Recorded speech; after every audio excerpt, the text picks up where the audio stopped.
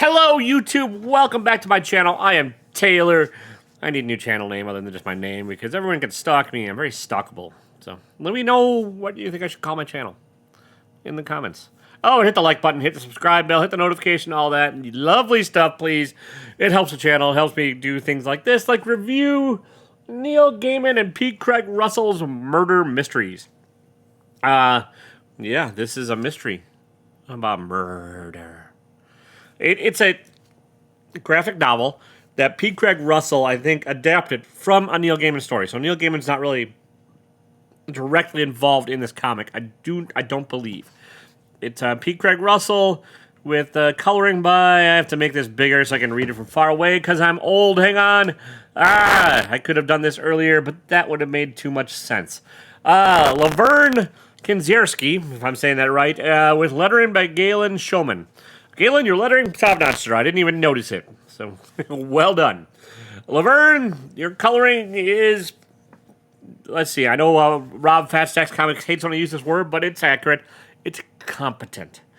Simple color palette. This was made in 2002, so like some of the colors are a little computery, if that makes sense. You know, some gradients being used that are pretty obvious, and like the lighting doesn't quite line up with the natural world, even though it takes place in heaven. So I guess that's kind of a moot point, but yeah. Anyways, on to the actual book, because this is going to be a rambly hot mess of a review. Words. Hard. There's a framing device set on Earth that ends up being relevant in the end. And spoilers from here on out. I'm going to try not to give away everything, but, you know, a little bit of spoilers. If you want to know nothing, go buy this. It's cheap. You can find it used. I think I paid $7 for it. I'm going to keep it because I paid $7 for it. It's my $7 hard-earned dollars, people. Anyways, there's a framing device that ends up being relevant at the end. It's set on Earth in California. It's like in the 70s or 80s. I'm not entirely sure which. L.A. It's set in L.A. It doesn't really matter, that part. And then there's a story within a story, and that story within a story involves a storyteller telling the story of the first murder. And the first murder takes place in heaven before the universe was made. And, yeah. And you, at first, people think it's an accident, or by people I mean angels, except for, you know, the book is called Murder Mysteries, so it'd be a pretty bad murder if there was no murder to be mystified by. But Lucifer, the head angel, I'm getting ahead of ourselves here, head angel in charge, awakens Raguel, I'm not sure how it's pronounced, but the vengeance of the Lord, an angel that was basically in rest, waiting to be made into a purpose and, you know, created for a purpose. And his purpose is to be the vengeance of the Lord. And he is the angel detective that's in charge of solving this first murder of another angel. And this other angel, whose name I can't remember, but it doesn't matter, he's dead, was working on the creation of death for the new universe. So people were thinking other angels, by people I mean angels. I'm going to keep doing that. It's just what I do. Other angels are first thinking that this angel committed suicide to better learn about death. And, you know, the Raguel is convinced that's not the case. And so he goes about working to solve the murder. And so it's an interesting story. It's very Neil Gaiman-ish. It involves a lot of Neil Gaiman kind of tropes. There's heavenly beings, there's with human concerns, and it reads like a fable or a parable. You know, touching on like creation of brand new myths and...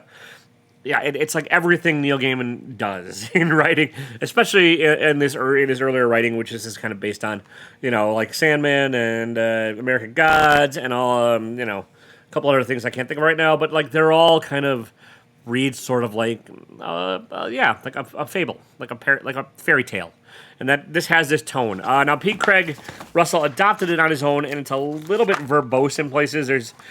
I think if Neil was involved, he probably would have trimmed down the words a little bit and let the art breathe a little bit more and let the story be told a little more visually rather than just kind of narrated through an angel. It's not awful. And P. Craig Russell's art is really... He's got this way of making things seem sparse and like kind of simplistic, but at the same time ornate, which is a neat trick he pulls off. You know, his line work's always pretty thin and pretty delicate. And like he doesn't have a heavy hand when it comes to like ink work usually, and this is no exception. I mean, he has some blacky blacks and stuff in there, but in general, it's pretty thin line work. and pretty sparsely illustrated, and then lets the colorists do their job, and he kind of just has a sort of draftsman-like quality to him. I like this. I liked it. I did enjoy it, and it's like if you enjoy Neil Gaiman's writing, you're probably going to enjoy this book. If not, you're not going to. Like I said, it's very Neil Gaiman-ish. So if that appeals to you, I'd recommend picking this up. If you've never read him, this is actually not a bad place to start. It's not one of his major works. It's a minor work, but it's like a one and done story. So you're looking at there's no page numbers in here, but you're looking at about probably 40 pages maybe. So it's not horrible, and you can pick it up and be done with it in like an hour or two sitting. So yeah, easy way to start. It's my book of the week, my trade paperback of the week, my whatever you want to call it, and yeah, it is what it is. Like I said, it's a decent like parable or cautionary tale / fable / I'm messing with my hair. I need a haircut. I know. So it's not fantastic. Like some of Neil's works blow me away, and some of P. Craig Russell's art blows me away. This didn't do that, but I also was not really disappointed by it. It's just kind of like it's like, oh, that's what this is about. And while it seems like a very big story, you're like talking the first murder in heaven before the universe is made. It just doesn't read like that. It reads like a small, kind of unimportant tale, I guess. So, I don't know. Maybe that's just me. Have you read it? Let me know. Do you want to read it? Let me know. I'm like I said, I'm going to hold on to this. It's easy enough to find, but I just kind of want to keep this one in my possession. We'll check it out at your library or something. Or go find it used, or see if you can buy it right from P. Craig Russell. I don't know if he sells books. But if you can, support the artists. I didn't, because I'm a jerk. I bought it used on a comic book site. Because that's what I do. I'm a jerk. Yeah, that's all I've got. It's a short one this week. My computer's been acting up, so I'm going to try and keep on my regular schedule and have, my reviews on Thursday. But if I'm late, it's kind of what's going on. I have to take my Apple into an Apple store and get it Apple fixed by Apple. And that's a process, so.